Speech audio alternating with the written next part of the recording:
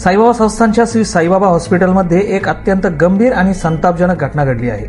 हॉस्पिटलचे वैद्यकीय उपसंचालक डॉक्टर प्रीतम वडगावे यांना रुग्णाच्या नातेवाईकांनी थेट त्यांच्या कार्यालयात घुसून मारहाण केल्याची धक्कादायक माहिती समोर आली आहे। मिळालेल्या प्राथमिक माहितीनुसार मारहाण करणारे व्यक्ती हे सचिन काळे असून 3 वर्षांपूर्वी त्यांच्या मुलाला उपचारादरम्यान पायाला मोठी दुखापत झाली होती। त्यावेळी झालेल्या आंदोलनानंतर साई संस्थानने काळे यांच्या मुलाच्या पुढील उपचाराचा संपूर्ण खर्च उचलण्याची ग्वाही दिली होती। त्यानुसार गेल्या 3 वर्षांपासून हा खर्च संस्थानकडून दिला जात आहे। मात्र उपचारासाठी लागणाऱ्या खर्चाचे बिल वैद्यकीय उपसंचालक डॉक्टर प्रीतम वडगावे यांच्याकडून वेळेवर पास केले जात नाही, असा आरोप सचिन काळे यांनी केला। याच कारणावरून बिलाची मागणी करण्यासाठी काळे यांनी हॉस्पिटलमध्ये येऊन डॉक्टर वडगावे यांच्याशी वाद घातला। या वादाचे रूपांतर थेट मारहाणीत झाले। रुग्णालयाच्या कर्मचाऱ्यांनी दिलेल्या माहितीनुसार डॉक्टर वडगावे हे उपचारासाठी पूर्ण सहकार्य करत असूनही सचिन काळे हे नेहमी हॉस्पिटलमध्ये येऊन वाद घालत होते, शिवीगाळ करत होते आणि आज तर त्यांनी थेट डॉक्टरांना मारहाण केली। या घटनेनंतर हॉस्पिटल प्रशासनाने तत्काळ कारवाई करत सचिन काळे यांच्यावर गुन्हा दाखल केला आहे। या संतापजनक घटनेच्या निषेधार्थ साईबाबा हॉस्पिटलमधील नर्सिंग कर्मचारी आणि डॉक्टरांनी तातडीने कामबंद आंदोलन सुरू केले आहे। हॉस्पिटलमधील डॉक्टर आणि कर्मचाऱ्यांनी प्रशासनाकडे आपल्या सुरक्षेची त्वरित आणि ठोस मागणी केली आहे। या घटनेमुळे आरोग्य कर्मचाऱ्यांच्या सुरक्षेचा प्रश्न पुन्हा एकदा ऐरणीवर आला आहे। आम्ही ना सरांच्या कॅबिनमध्ये होतो आणि कॅबिनमध्ये आमची चर्चा चालू असताना ते काळे साहेब, ते काळे जे आहे त्यांचे फॅमिलीवर त्यांची बायको ते तिथं आले आणि ते सरांसंग भांडून सरांच्या त्यांनी कानामागं ठेवून दिली। तर त्यांना आम्ही थांबवलो, त्यांना म्हटलं अहो हे काय मॅटर चालू आहे तुमचा, तिथल्या तिथं तुम्ही काय प्रॉब्लेम आहे, तुम्ही सरांना हाणू नका। सरांना हाणला म्हणलं आम्हाला हाणण्यासारखे, म्हणून आम्ही त्यांना सोफ्यावर बसवलं तिथं। तर ते पूर्ण प्लॅनिंग करून आलेले होते, ते व्हिडिओ शूटिंग पण काढत होते, ते उलट काही पण बोलत होते। आम्ही त्यांना सांगितलं तुम्ही इथं येऊन काही कल्ला करू नका, तुम्ही येऊ सरांकडे जा आणि तुम्हाला काय मॅटर सॉल्व्ह करायचा तो करा। पण हे वारंवार साईबाबा हॉस्पिटलमध्ये नेहमीच चालू आहे। आता ह्या प्रकरणामुळं आमचे स्वीपर, आमचे वॉर्ड बाय, आमचे स्टाफ, आमचे इन्चार्ज, आमचे डॉक्टर ह्या प्रकरणामुळे सगळे घाबरले आहे। असं जर येऊन जर आमच्या अधिकाऱ्यांना हाणलं तर उद्या आम्हाला हाणणार, आम्हाला सिक्युरिटी काय आहे? सर कधी ऑन ड्युटी, आता प्रत्येक फिमेल म्हणजे महिला मंडळ पण कामावर असतं, स्वच्छता कर्मचारी असतात, पेशंट असतात, महिला लेडीज किंवा कर्मचारी सुद्धा असतात। तर तो येऊन डायरेक्ट ती व्यक्ती आहे ती डायरेक्ट येणार, खूप घाण शिव्या देणार, म्हणजे एकदम 3rd लेवलच्या शिव्या देणार आणि कॅमेरा ऑन करून कशीही व्हिडिओ काढणार, म्हणजे न सांगता न करता काहीही विचित्र बोलणार, म्हणजे ते समोर बघणार नाही लेडीज आहे का जेंट्स आहे काहीच नाही। सचिन काळे अग्रोस्ट आहे, हा वारंवार इथे येतो। आपल्याला तो त्याच्या पेशंटची त्याची काही तक्रार असते तर तो एकंदरीत कोणाला भेटत नाही, तो डायरेक्ट शिवाय देत असतो। सिस्टर असू दे, डॉक्टर असू दे, वॉर्ड बॉय असू दे, अजून इतर कर्मचारी असू, कोणाला कोण शिवाय देत असतो। त्यांच्याविषयी वाईट शब्द तो कायम बोलत राहतो। ऍक्च्युली त्याचा प्रॉब्लेम जो असतो तो बोलत नाही व्यवस्थित। काल एका पेशंटच्या रुग्णांच्या नातेवाईकावर गुन्हा दाखल केला होता, त्याचा राग मनात धरून आज सकाळी काही लेडीज त्यांच्या घरचे येऊन मला मारहाण केली, त्याच्यामुळे आम्ही सर्व मिळून गुन्हा दाखल करायला आलो। कशा प्रकारचा गुन्हा दाखल? शासकीय कामकाजात त्यांनी अडथळा आणला आणि मी ॲज अ डॉक्टर मला मारहाण केलेली आहे। कोणाविरुद्ध हा गुन्हा दाखल केला? सचिन काळे म्हणून। तुमचं पूर्ण नाव काय sir? Doctor Pritam Subhashrao Wadgave, Saibaba hospital Shirdi.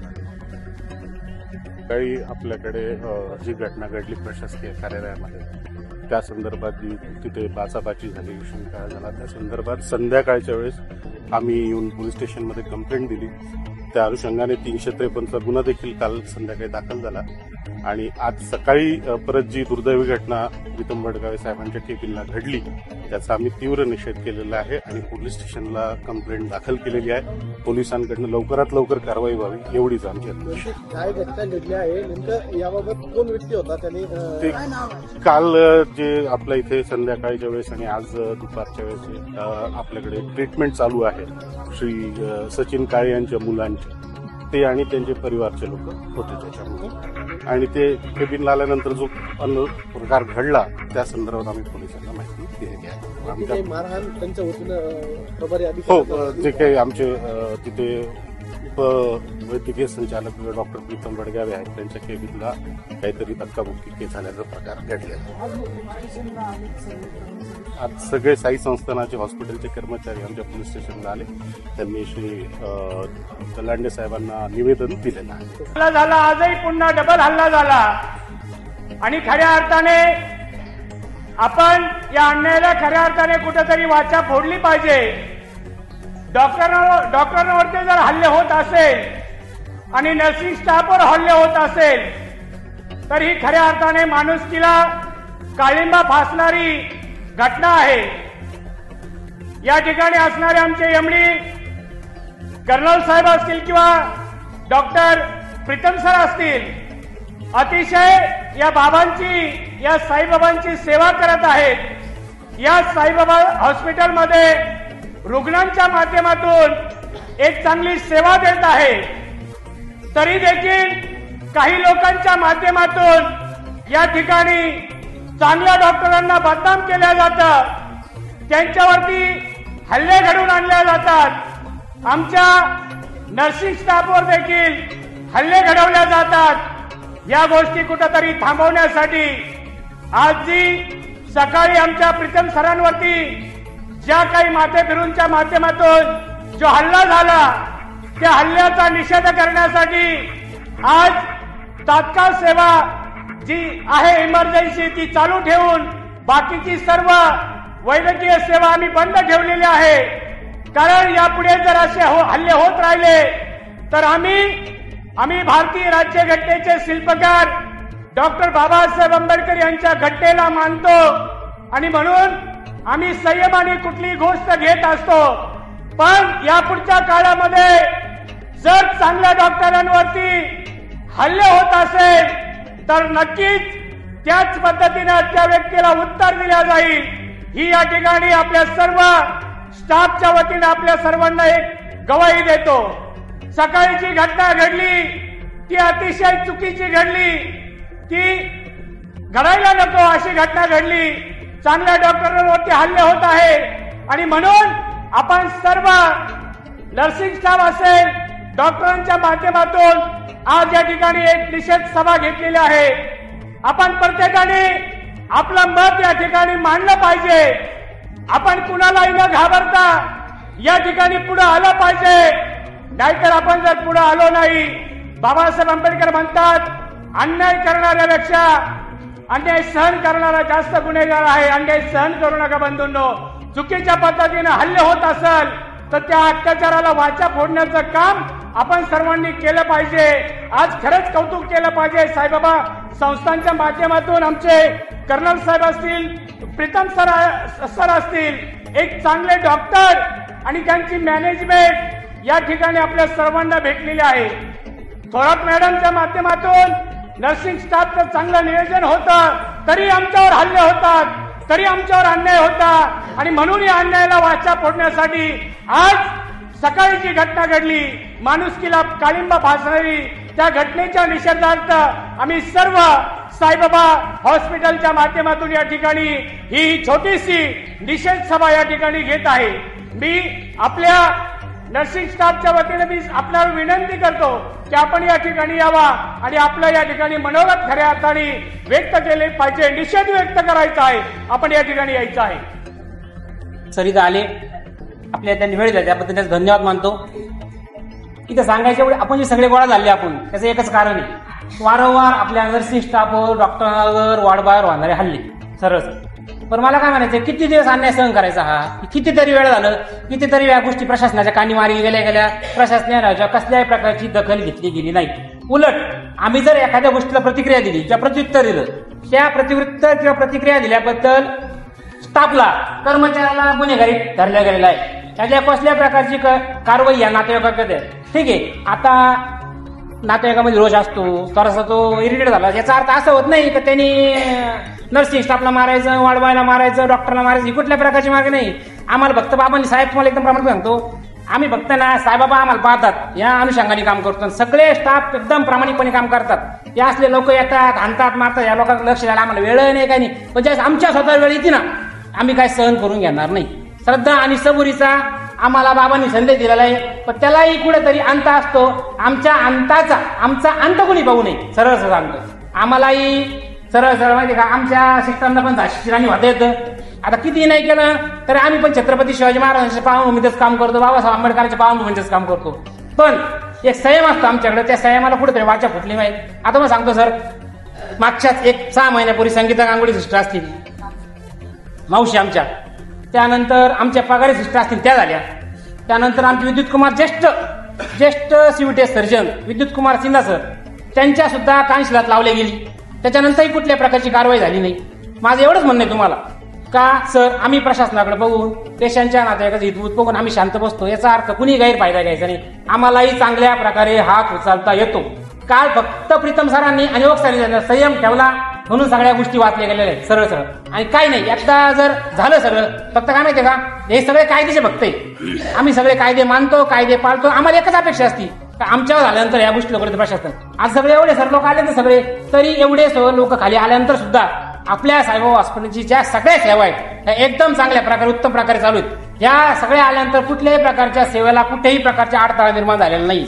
Emergency सेवा वगळता आपण ज्या इमर्जन्सी सेवाने त्या फक्त सध्यापुरत्या या झालेल्या भ्याड हल्ल्याबद्दल निषेध म्हणून आपण हे सरळ झाले. आजचा आणि कालचा दिवस हा साईबाबा हॉस्पिटल, सायनाथ हॉस्पिटल म्हणून काळा दिवस हा 100% पाळला जाईल, याची मी तुम्हाला शाश्वती देतो.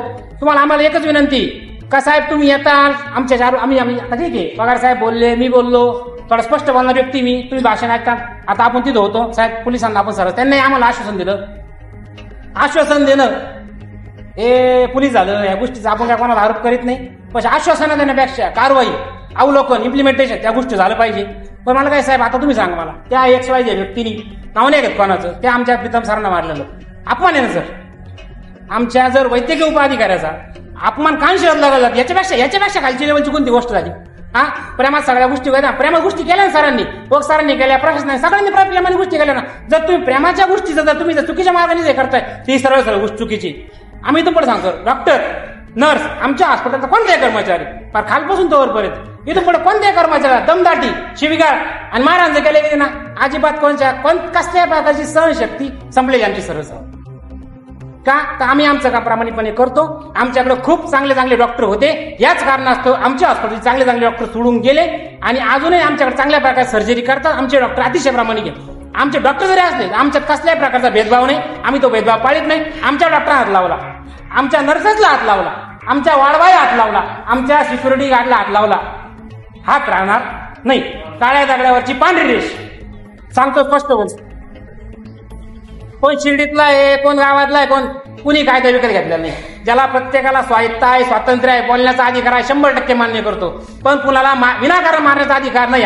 तुमच्यावर अन्याय झालेला आहे, अन्यायाला वाचा पडा. तुम्ही कायद्याला ना, कायद्याला लागा तुम्ही, तुम्हाला अडचण. तुम्ही येणार आणि तुम्ही आरोप करणार. आरोप प्रत्येक काय माहिती का, काही कायदे असे काही चुकीचे कायदे त्याच्या कायद्यामुळे सुद्धा पुढचा मला चांगलं ठेवतो, त्या चुकीच्या कायद्यामुळे. फक्त मला एवढंच म्हणायचंय, आता पहिली गोष्ट हे काय कोणतं राजकारण नाही, कोणत्या राजकारणी माणसं नाही, काही नाही, काय नगरपालिकेत निवडणुकीला उभं राहायचं, कोणाला काही करायचं नाही तर सरळ सरळ. फक्त एवढंच सांगायचं मला का हे जे काल झालं सहन केलं, आजही झालं साहेब तुमच्यासाठी सहन करतो, त्या पोलीस अधिकाऱ्यासाठी सहन करतो. तिथून पुढे आमची सहनशक्ती संपली. आणि बोल ना, आणि हे सांगतोय यांच्या देखत सांगतो, साहेबांची शपथ घेऊन सांगतो, मी वैयक्तिक सांगतो. हे फक्त बोलणं नाही झालं, हे कृतीतून अवतारणार आम्ही, हे कृतीमध्ये अवतारणार सरळ सरळ. इथून पुढं इथं कुणी नाते बसले असतील, कुणी सगळ्यांना निरोप देऊन टाका. साईबाबा हॉस्पिटलचे ब्रदर असतील, सिस्टर असतील, स्टंट झालेले आहेत. डॉक्टर ओक सर आमचे हे स्वतः लेफ्टनंट कर्नल काही करू शकतात, अधिकार आहे, शरीर आहे, ताकद आहे, रग अंगात, काही वर्ष असला भाग नाही. फक्त काय त्यांनी त्यांच्या पोझिशनचा योग्य वापर केलेला आहे. कोण मला माहिती फक्त. धन्यवाद. घडलेली घटना अत्यंत निंदनीय आहे. आपल्या हॉस्पिटलमध्ये अशा घटना घडणं हे अत्यंत चुकीचं आहे. आपले सगळे स्टाफ मेंबर्स, डॉक्टर, मामा, मावश्या, स्टाफ सर्वजण अत्यंत प्रेमाने व्यवस्थित काम करतात, परंतु तरी सुद्धा या अशा घटना घडतात. प्रत्येकाने कायद्याने जायला पाहिजे. कोणाचे काही प्रॉब्लेम्स असतील त्याबद्दल प्रत्येक ठिकाणी त्यांना न्याय मागण्यासाठी विविध ठिकाणचे लोक असतात, तिकडे जाऊन करायला पाहिजे गोष्टी. परंतु ह्या अशा गोष्टी करणं हे चुकीचं आहे. या बाबतीत आमच्या सुद्धा काही मागण्या आहेत. सर, ज्या पद्धतीने ज्यावेळेस असं होतं त्यावेळेस मॅनेजमेंट याच्यातनं अंग बाहेर काढून घेतं. तर अशा घटना घडल्यानंतर संस्थांनी पोलीस कारवाईसाठी प्रयत्न केले पाहिजे. हे इंडिव्हिज्युअल लेवलला करायला लावतात की जा तुमच्या बाबतीत घडलंय तर तुम्ही तक्रार करा, हे असं व्हायला नको. ज्यावेळेस ऑन ड्युटी कर्मचारी असतो तर त्या बाबतीत जर काही घडलं तर त्या संबंधित व्यक्तीविरुद्ध ही पोलीस तक्रार ही संस्थांनी केली गेली पाहिजे. तसं इथं होताना दिसत नाही. त्याच्यानंतर नेहमीचे काही प्रश्न अजूनही अनुत्तरित आहेत. जसं प्रत्येक ओपीडी मध्ये बाकीच्या कॅज्युअल्टी इकडे तिकडे सीसीटीव्ही त्याची व्यवस्था अजूनही पूर्ण झालेली नाहीये.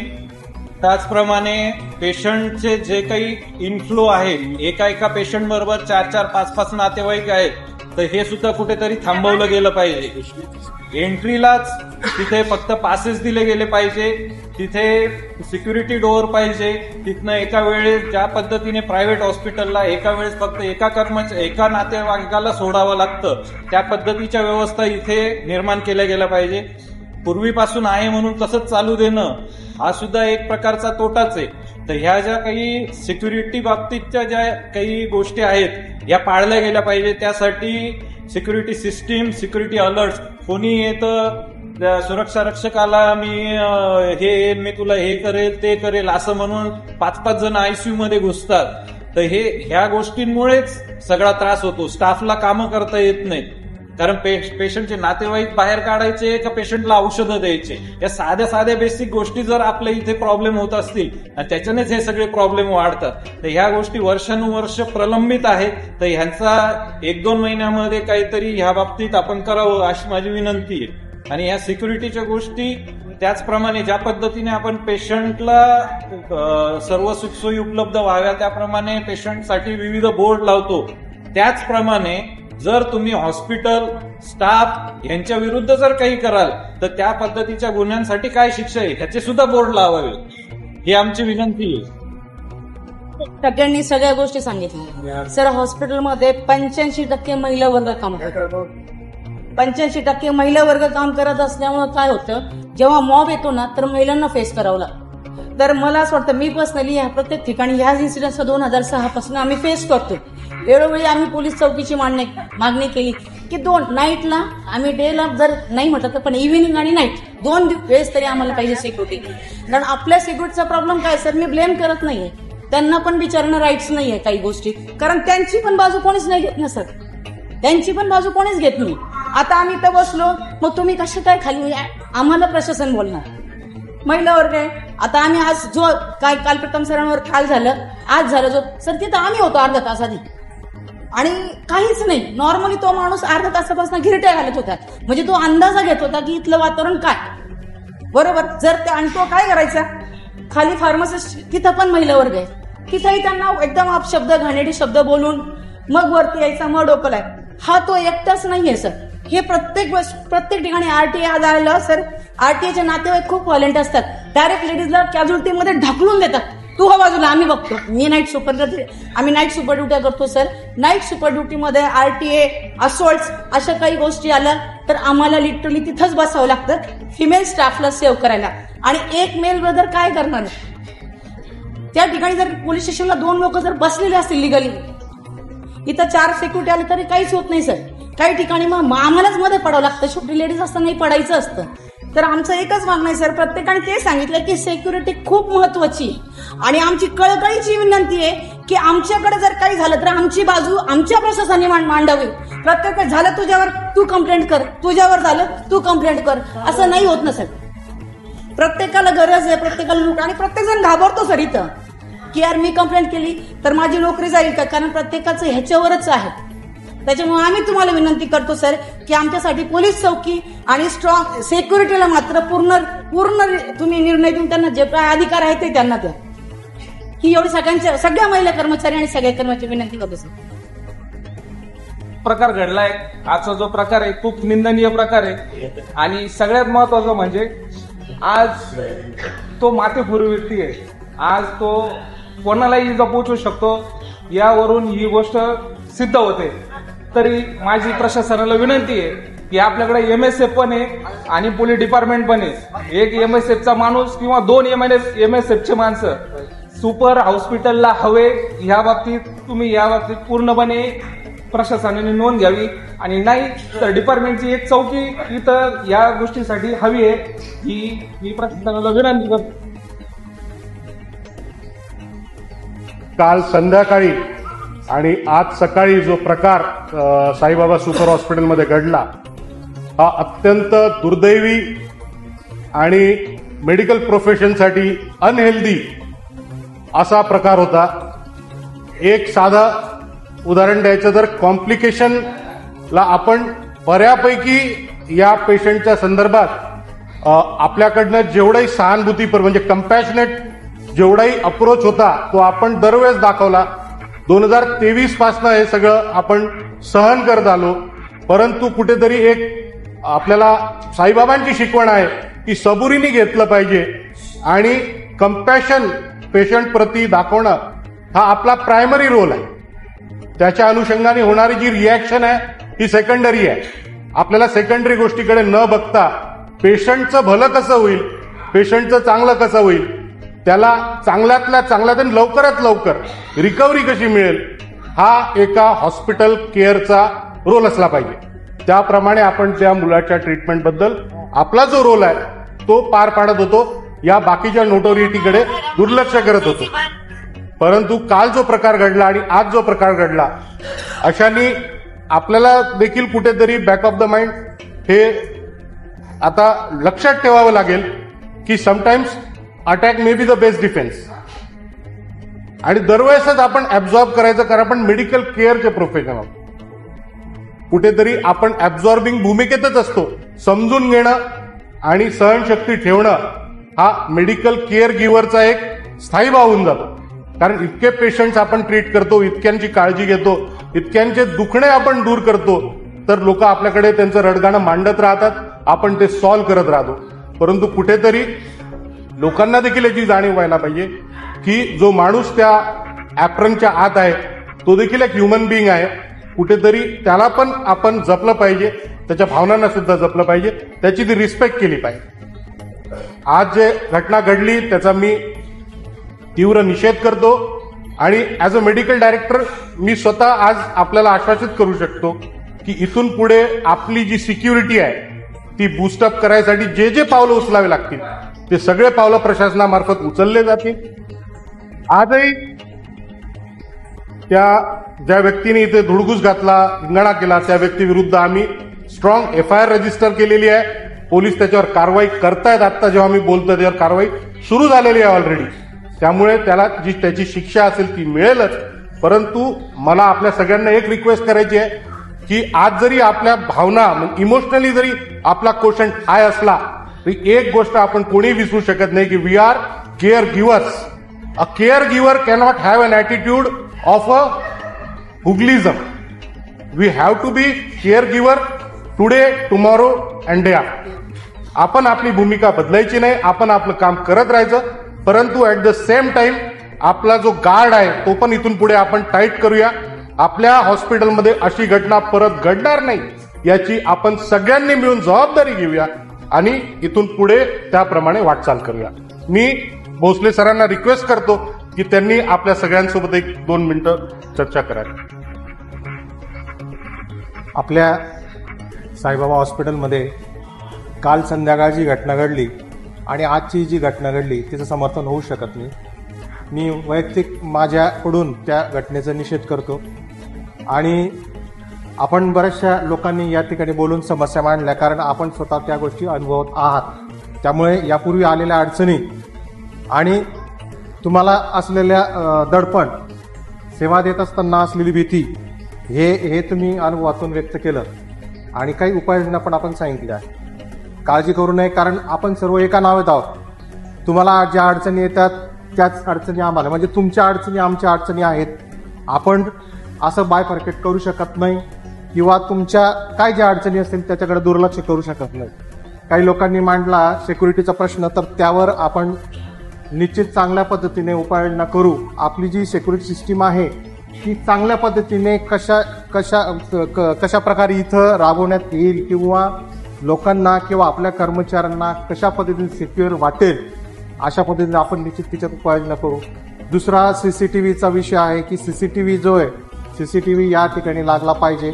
आता त्या ठिकाणी काय अडचणी ते आपण समजून घेऊ. ही बाब पण सीओ सर आल्यानंतर आपण त्याच्यासमोर मांडू.